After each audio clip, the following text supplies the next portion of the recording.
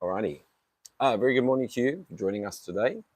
We had a great December break, and I hope that you had the same. But beautiful weather out here today, soft rain falling in the background, so a bit of a change of scenery. Well, it's new year, 2025, and there's a lot of stuff that needs to happen in this year, a lot of challenges, I'm sure, for everyone. Everyone has their own type of challenges, and I wish you all the best for this year. Thank you for joining me. We are busy and we are taking our sweet time with Exodus through ancient eyes. We're walking slowly through the book of Exodus, trying to figure out what ancient people, how they would have understood this book that was written to them, and why certain things are included and why certain things are left out, and why we often find parallel lines of thought, information about the same accounts. Um, the series is based on a book by Pete Enns called Exodus for Normal People. And I would encourage you to get the book and to read it. My ability to convey all the information not always that great, but I like to just keep it conversational and slowly walk through this. It's meant a lot to me, and it's changed my perspective in a very, very significant way.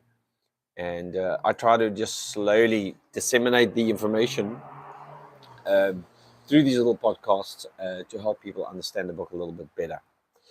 Well, we finally arrived at Sinai after our last podcast. We spoke about Moses receiving the Midianite priest, his father-in-law's advice on how to structure the government, basically, of the nation. Now we arrive at Sinai, and Sinai seems to be the very center of the book of Exodus. The reason for coming out of Egypt is so that they can get to this mountain. As discussed earlier, we're not sure where this mountain really is. There's two possible kind of locations, one at the southern point of the Sinai Peninsula, but the other one could be in Arabia, which is more towards the Midian side in Arabia, which Paul concurs with. But either way, they arrived there approximately 3 months to the day after they leave Egypt, and they arrived at this mountain. Now, today at a certain place, I think it's in the Sinai Peninsula, there's a cathedral that's being built, a monastery, and I think that's where a very important version of the Bible is kept, Codex Sinaiticus, I think. So it's become a very important religious place, but we're not sure that that's actually the place where all of this took place. So the point is that at this mountain, this is the place where Moses met with God, or God kind of interrupted him while he was shepherding and spoke to him from a burning bush. So for all intents and purposes, reading Exodus, it seems like God lives on this mountain. Or that's his preferred place of manifestation. And now Moses is not there on his own. He has finally brought everybody else out to this position. What they come to find here is a place, it's a place of terrible terror and fear and death. Nobody can come close to this mountain. Nobody can go. Most certainly, you can come close to it when the trumpet sounds. But if you go up this mountain, people have to stone you or shoot you through with arrows, which is a pretty interesting concept if you think about it. If we take this portion as historical, we don't necessarily think that it is. But if you do take it as historical, Moses tells these people that they're not allowed to go up the mountain, and if they go up the mountain, they have to be stoned by the people. Now, you would think that God would just kill them himself, or the terror, or the glory, or the lightning, or the thunders, but the people have to kill you if you go up the mountain, which is a terrible proposition.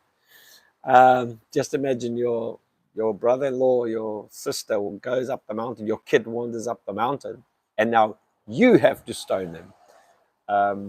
If you think through that a little bit, it's a little bit disconcerting. It's a little bit primitive, archaic. It's not what you would expect from the way we view God today, at least. And if you really sit down and write these things down and measure them out, they cause a lot of moral dilemmas inside of you. But anyway, so in Exodus 19:1, they arrive at Sinai. Moses now really steps into his main task, because what happened at Sinai is absolutely central.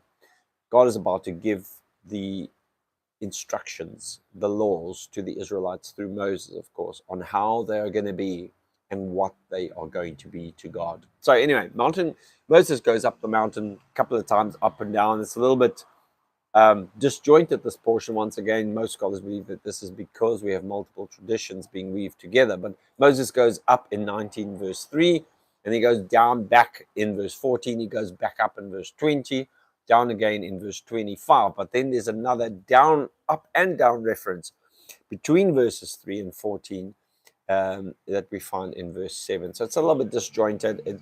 It actually leaves a lot of open to interpretation where he actually gets the tablet. So is it at the bottom or at the top? But anyway, we're going to leave that out. But in chapter 20 of Exodus, 20 verse 1, we have what is called the 10 Commandments, or the 10 words, if a direct translation from the Hebrew. God gives these to Moses, and the Israelites are to become a priestly kingdom and a holy nation. So this is an interesting concept. The idea of priest is not explained in as yet. So it's just the reader is supposed to understand what priests are at this point. But this is the core of what's going on here. Israelites are supposed to be a priestly kingdom. Now, priests and the functions later in the Levitical order, but also previously before that, Midianite priests and Babylonian priests. Priesthoods have existed for hundreds of years, if probably not at least 1,000 years, even before this account. If we take the literal date of this account, more or less between 15 and 1200 BC, priests have already been around for about 1,000 years. Temples have been around for 1,000 years, at least 1,000 years. So these are not new concepts. God is not inventing these concepts. Moses is not inventing these concepts. In fact, Moses is reinterpreting these concepts. Now, if we come to a more logical approach to this portion, we believe that this was actually written a long time after Moses, right? Or after the proposed date, probably 6th, 7th century BC, if that early. And it is written as a kind of a genesis for the nation themselves, how they came to be a priesthood, how their laws came to be, and an encouragement that they should continue to follow them. If it is true that a lot of this is written by and for people who are actually in exile, it's really a call back to becoming a nation, if you think about it that way. It's telling the Israelite that sits in Babylon, exiled from his temple and his land, that he is special, that he is an Israelite according to a special set of laws, that he is called to be a priestly kingdom, in other words, kind of like a mediator between God and the rest of the kingdoms, and that is called to be a holy nation, a set-apart nation. And it stands to reason that a lot of this would give identity to the Israelites, but possibly also be a callback to a national unity, a geopolitical Israel back in Jerusalem, back around their temple, and we know that that's what actually happens. So this is the heart of the matter, and the reason why Israel is called out of bondage, so that here at Sinai they can become a nation with a purpose, and this purpose is strengthened through these rules, the laws, the 10 Commandments, and the rest of the Book of the Covenant, to help them understand how they are to be, what they are to do, and what they are not to do. So they are to be priests that mediate between God and other kingdoms. To be holy means to be set apart and sectioned off. So Israel, if they are obedient to God, they'll become mediators between God and other kingdoms. So Israel's true purpose is now revealed here at Sinai. They are not an elite club that should be isolated from the world, but they are separated wholly to bring nations to the knowledge of God. And this is where they find their purpose. And I guess to some degree they still see themselves, Orthodox Jews or Jews that are still religious practicing Jews, still see themselves in this function. I know that there are probably some Christians that still see Jews in this function. Granted, as the Old Testament progresses, they continue to fail miserably. And their goal, this particular goal, is hardly ever met. They never really become this in any significant way for at least any significant period. Nevertheless, in Exodus, they agree to do everything that God tells them to do. The other point that I previously quickly made is that there's a lot of fear and trembling in this portion here. There's a lot of fear. In fact, if you read Deuteronomy carefully, not so much Exodus, but Deuteronomy, it's very difficult not to see that everything is really motivated by the longing for blessing and the fear of curse. In other words, they're stuck in this contract in which they can't get out now. And this contract basically has two possible end results. The first one is if you do everything God commands you, it's going to go well with you. But if you don't, the miseries that will come upon you, and specifically in Deuteronomy, the writer makes these things explicit. He uses Egypt as an example. He uses the Egyptian plagues as an example of what God will do to them if they don't listen to him. So it's a very difficult kind of moral situation, because you basically have, if we can use the analogy of a husband and a wife, you have a husband that says, you're now mine and I love you. If you obey me, I'm going to do all these great things for you. But if you disobey me, I'm going to make your life a living hell. This is not the type of marriage you want to get locked into. If you're currently locked into a marriage like that, well, you can't be, because what the type of depictions, the graphicness with which Deuteronomy spells out the curses, it's like it's the worst thing. It is the killing of kids and sicknesses and disease and famine and pestilence and sword, and it's the worst imaginable fear and terror that'll come upon you. And what's kind of strange to me is that the Israelites they agree in chapter 19, verse 8, to do what God tells them to do before he tells them what the rules are of the game. So they lock themselves into a game that they don't really know the rules of, and once they end, there's no way out. And the consequences of not playing is basically the end of life, or actually worse than just death. It's the misery of your children and everyone around you. It's terrible. And I find it so hard to look at this and just say, oh yeah, that's how God is. That's how God works with us. At the same time, some of us might say, oh, that's ancient, it's primitive, the God of the New Testament is different. But there's some things even in the New Testament that we really, really have to grapple with, like the average Christian belief of eternal torment in hell, for instance. It kind of conjures up the same type of motivation. You're a Christian, all right, you've accepted Jesus, you believe all the dogmas of the church and the Bible. Okay, so you're in now. So here's how it works. If you do things right and believe all the right things, I'm going to put you in heaven forever. It's going to be the greatest time you'll ever have. But if you don't, I love you, but I'm going to torment you forever in hell. Like it's the basic same kind of concept. And it's just become completely impossible for me to imagine that God could be like that. I just can't see that, especially because God is portrayed as a God of love in the New Testament, that loved us so much that he sends his son that dies for us. The average things that Christians believe, but at the same time, it's, I love you, so listen to me. If you don't listen to me, I torment you for eternity. Like it, if that is, and I'm being highly reductionist in the way I'm putting it across, but this highly reductionist version of the situation to me seems just a form of fear and control. I don't see the loving part in that. And so I'm at a place in my life where I have to completely reimagine what the creator of the universe must be like. Because I can no longer buy into,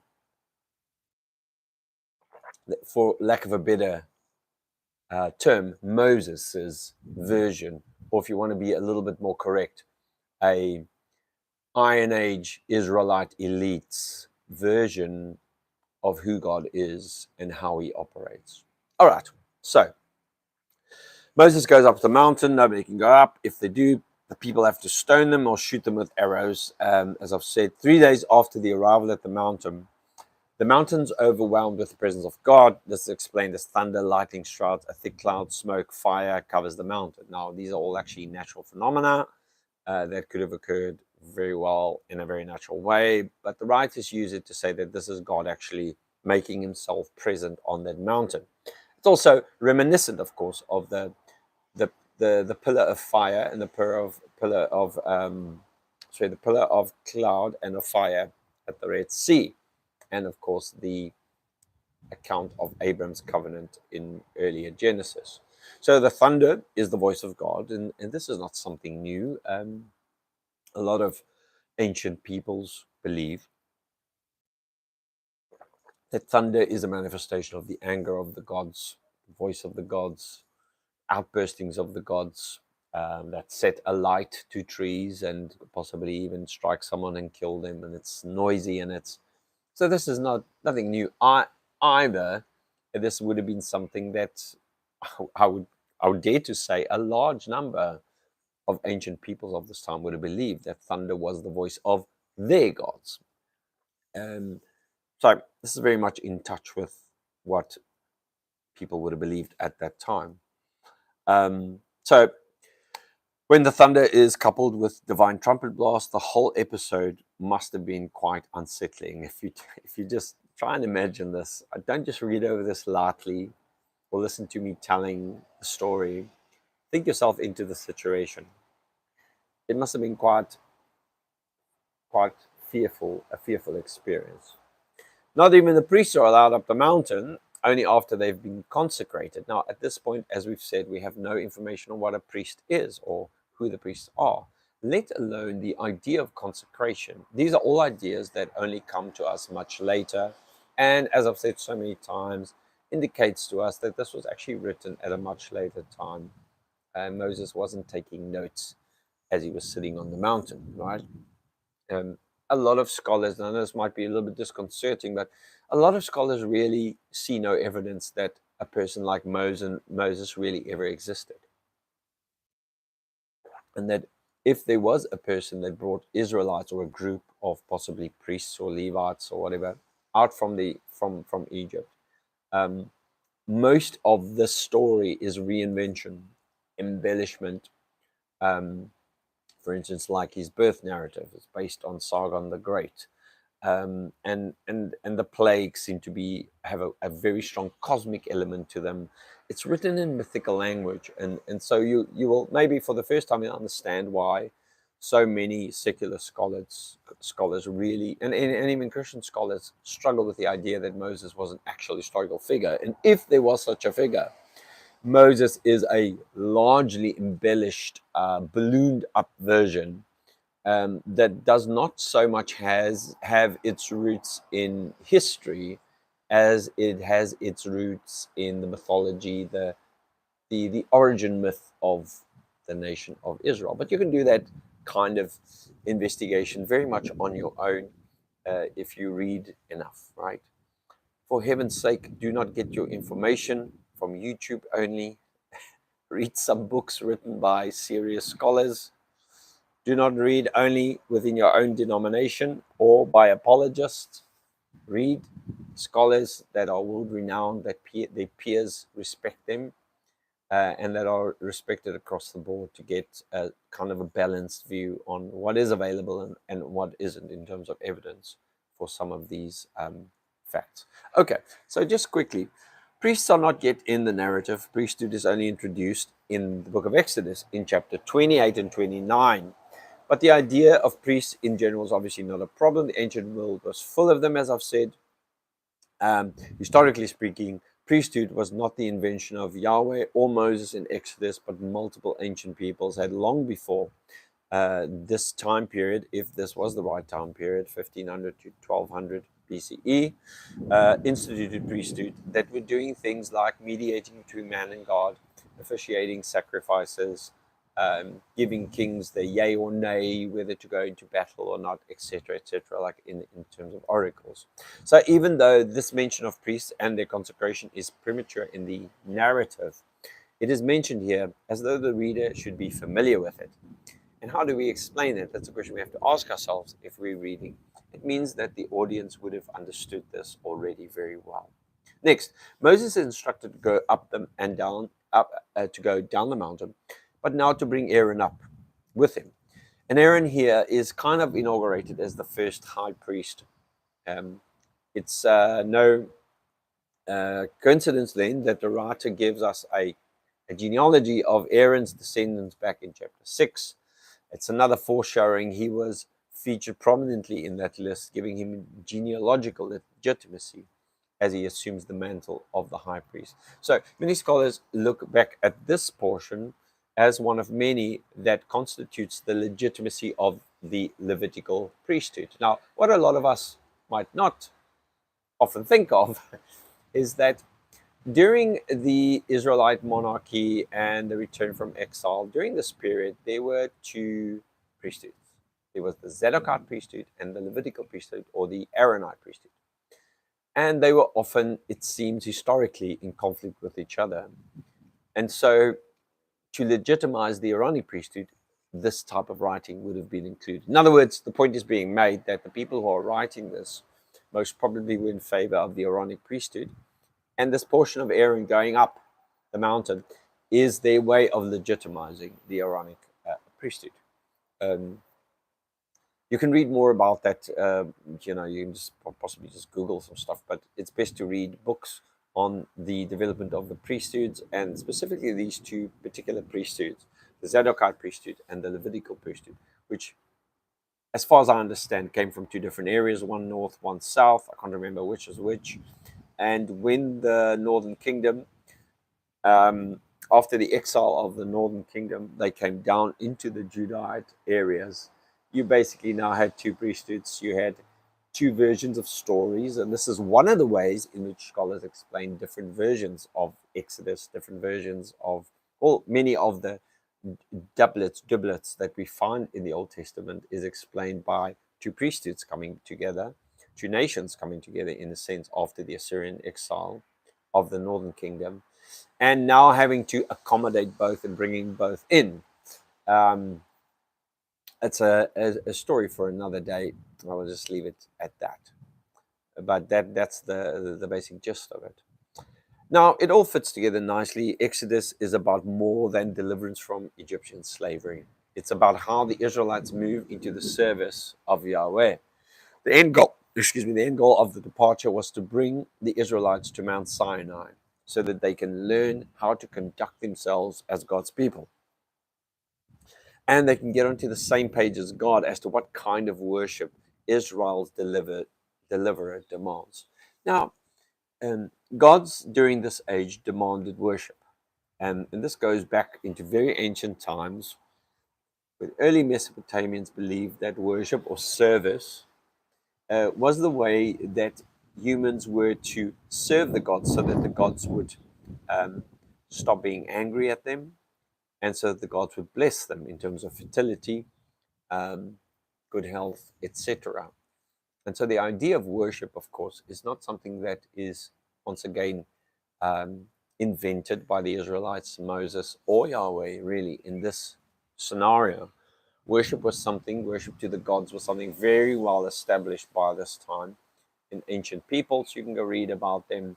I'm currently reading a book by one of the pioneer Assyriologists who lived in the 19th century, a book written in, I think it was 1876. And the book is about this pioneer, I think it's George Smith is his name, pioneer Assyriologist who goes into Assyria to Nineveh and discovers the library of Ashburnipal, I think is how we pronounce it, one of the great Assyrian kings. In there we have all their creation myths, which we later found out that a lot of them correspond to the Bible creation myths that were written probably 1,400 years later. So these myths are way older. There is strong correlation between the myths. But anyway, what I would like to say is, in this little book, it's a very nice book because he's writing how he discovered the tablets, what is on the tablets, how he interprets them. It's 150 years old. It's really, really old. Some of the information is old now, but he actually puts in the book some of the tablets and what they say. And something that really struck me while I was reading yesterday is how on one of these tablets, which is dated, the tablets dated to the 7th century, with the information on it to approximately like to at least the second millennium BC, so the Bronze Age, is how to worship your God in fear and tremble, and how to bring sacrifices, and how to not leave the fear of God. In other words, this idea that religion is held together by the fear of the gods. And if you think about how that operated in ancient times, you feared the gods because they could strike you down with thunder any moment. They could send tornadoes and floods and fires, and they could make your crops not grow. So you're always in this process of worshiping them to keep them happy so that they won't do that for you. Now, we see the same type of thing spilling over into Israelite religion, where the central emotion of humans towards God is always this fear and tremble, where fear of God is lifted very high up in the priority list of things to do for Israelites. Fearing the fear of God, it's the beginning of wisdom, is the fear of God. Fearing God is seen to be a very, very good thing. As a modern Christian, I often was caught in the dilemma of that doesn't feel right, that I have to live in the fear of God, but the Bible tells me to do this all the time.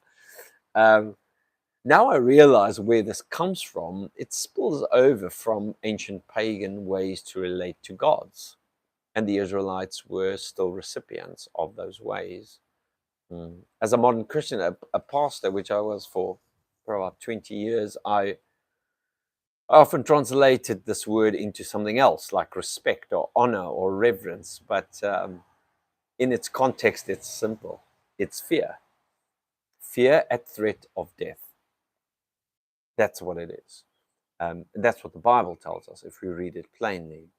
The reason why we changed it to reverence or honor is we couldn't deal with the moral dilemma it created.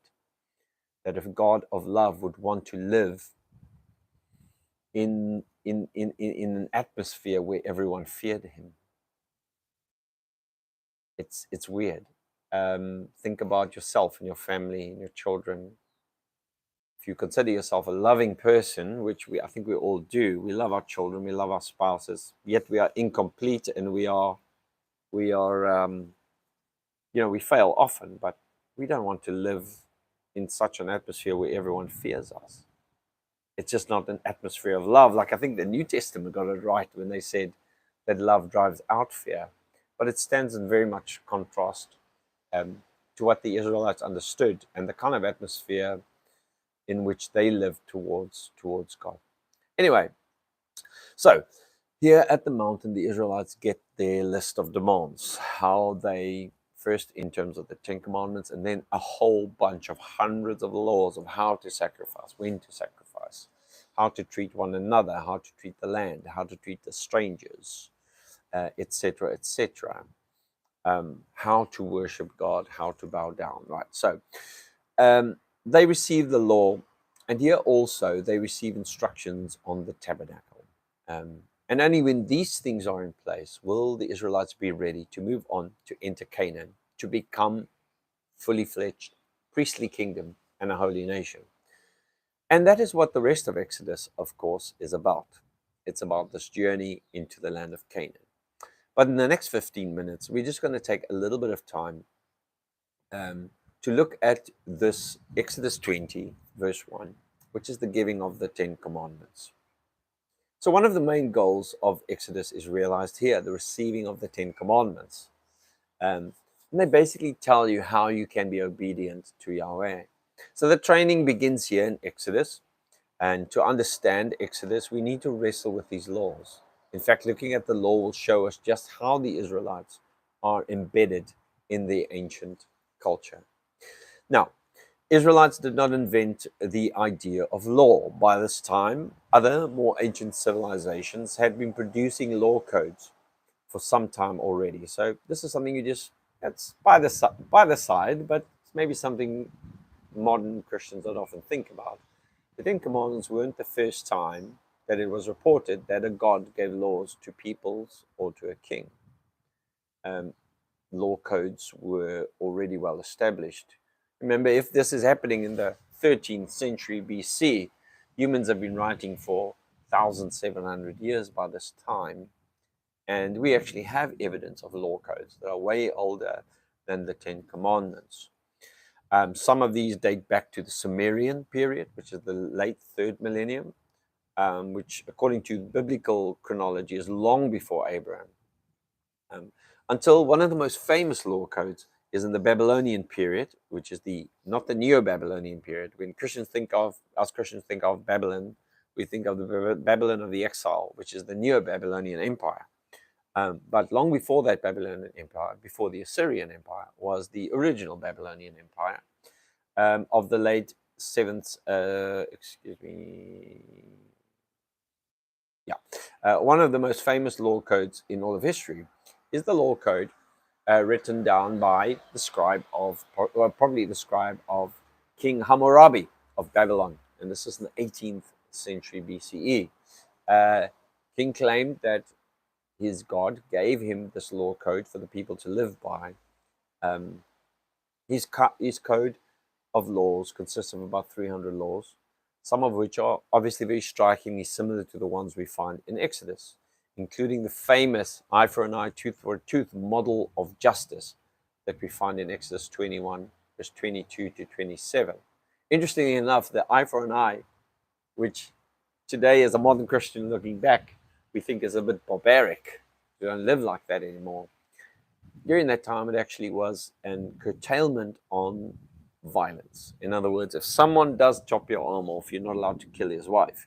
You're only allowed to chop his arm off as well. So it was actually curtailing violence. It was a good law for the time, but now things have changed and we no longer operate by this law.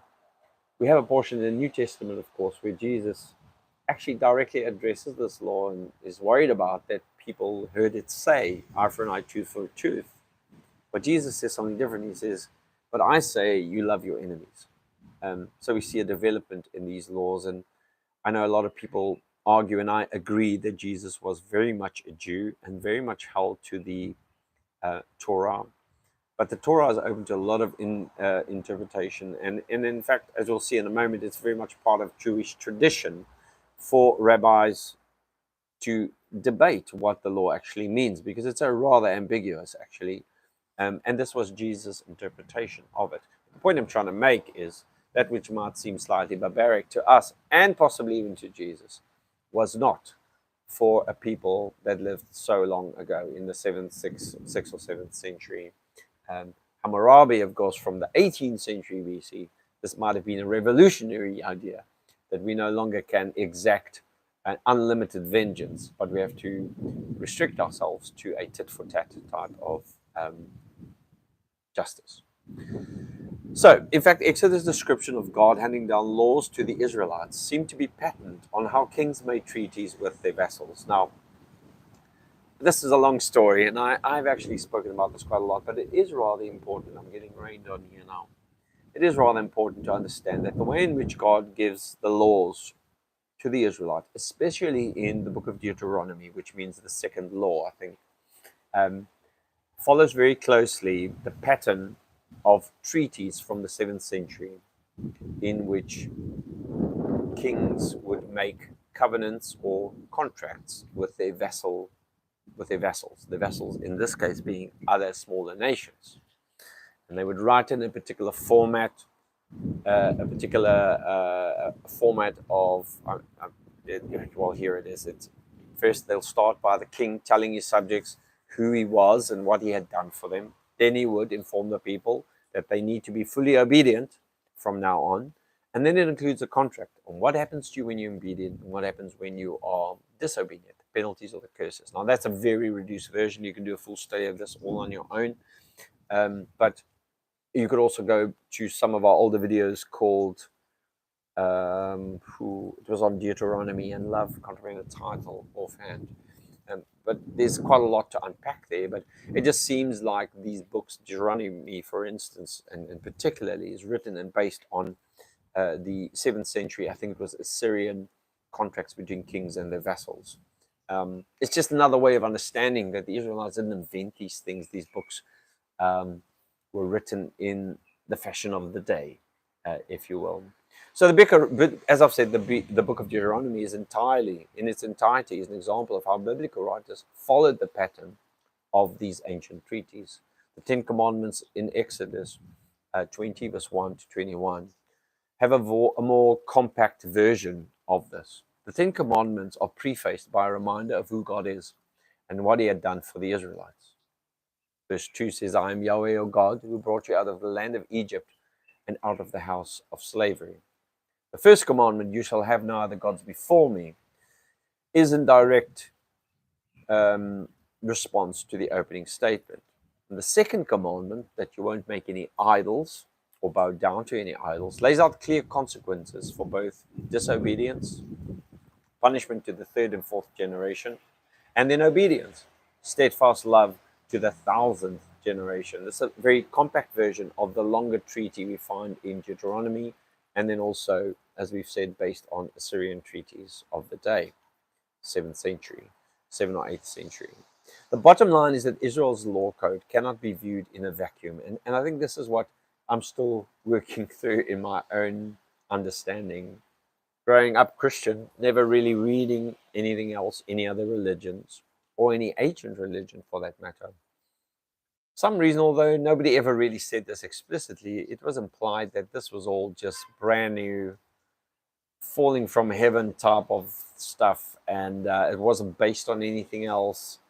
Genesis accounts were pure and holy and scientific, and there was nothing like it before its time. And the more I started reading about what was actually present at the time, it becomes very clear that Israel was rather a product of their time and place, and were in almost in most cases, reinterpreting the knowledge of their day for their particular religion and worship. So they have context. The laws are not timeless abstractions that fell from heaven. They have context. Unlike other contemporary records, Exodus embeds the law in the narrative, presenting them as part of the story. Other extant codes are basically just lists of rules. For instance, the law code of Hammurabi, I think, is on a stele, and you can see it. Under correction, I think it's in the Louvre in Paris. You can still see it. But it's just a list of do's and don'ts with a short introduction, possibly. The writers of Exodus weave the laws, the codes, into the narrative. It's brilliant for their time. They weave it into the story of Israel's rise from a single person, Abraham, to the monarchy, which is David and Solomon. The laws are part of a larger story. Looking for this pattern is definitely not a pointless exercise. It helps us guard against the common misunderstanding that the Israelites were saved by works. So this is an important topic, and I just want to spend a moment on this. A lot of modern Christians, including myself, believe that the Israelites, what was wrong, one of the things that was wrong by them is that they were saved by works. And we are no longer saved by works, especially us Protestants. We believe that everything comes by grace. You just have to say the correct little rhyme and believe it in your heart that Jesus is A, B, C, and D, and boom, there you are, saved, going to heaven, no more torment. But it seems quite contrary to the way that the Israelites understood things, and that it was just written down. If you just read it plainly, God never said, obey these commands and you can be my people. He takes them as his people and then gives them the commands, of course, with blessing and curses as consequences down the line. God first saves and then he gives his law in response. So the saving here be analogous to pulling them out of Egypt, saving them from slavery, and then giving them laws. Okay, so that's just something we need to clear up rather quickly. But in other societies, kings wrote laws claiming to channel the divine. But in Exodus, God writes the laws, and he gives Moses the tablets that he had written. So in all other, as far as we know, the other laws that were given by gods to kings for peoples. The king has a scribe that writes down the laws by revelation, but in the Moses story, God's the one who actually with his finger writes on the tablet, which is a one up on the rest of them, it seems. Um, Everyone is subject to God's laws here, even the king. Although Israel, they fail like clockwork. So let's have a quick look at some of these laws. Let me just see how much we got to go. I want to just touch on the 10 Commandments very briefly in the last 5 minutes. In Exodus, the 10 Commandments, which is called the 10 words, or the Decalogue in Greek, is given. Now, Exodus, of course, is not the only place that we find the Decalogue appear in the Old Testament. It is repeated also in Deuteronomy 5, verse 5 to 21. And there's another place which I don't have written down here, and we're not going to be discussed, but there's basically 3 versions of it.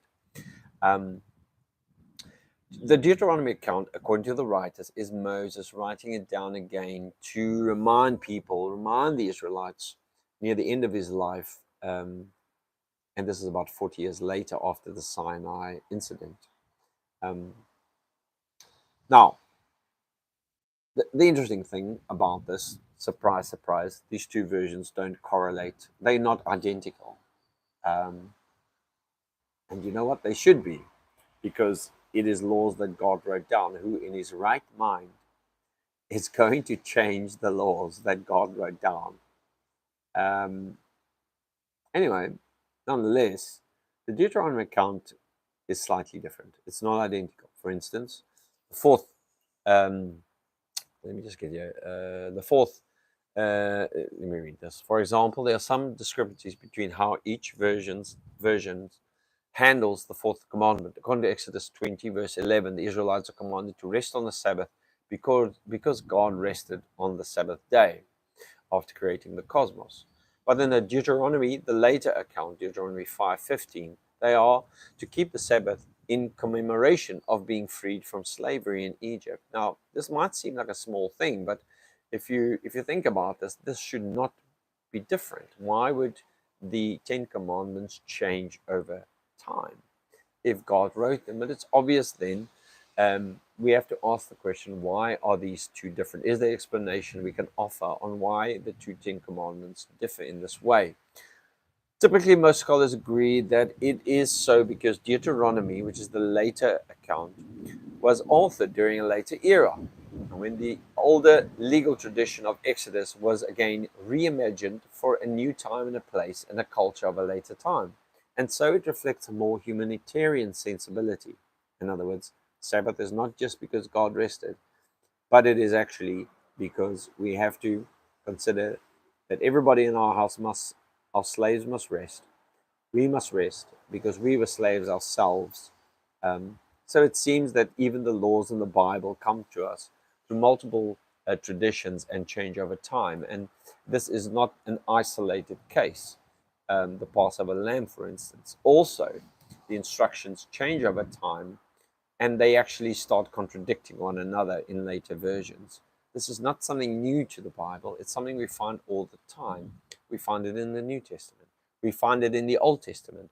It's everywhere, and it is everywhere because people wrote at different times and reimagined these laws and interpreted them for their own time.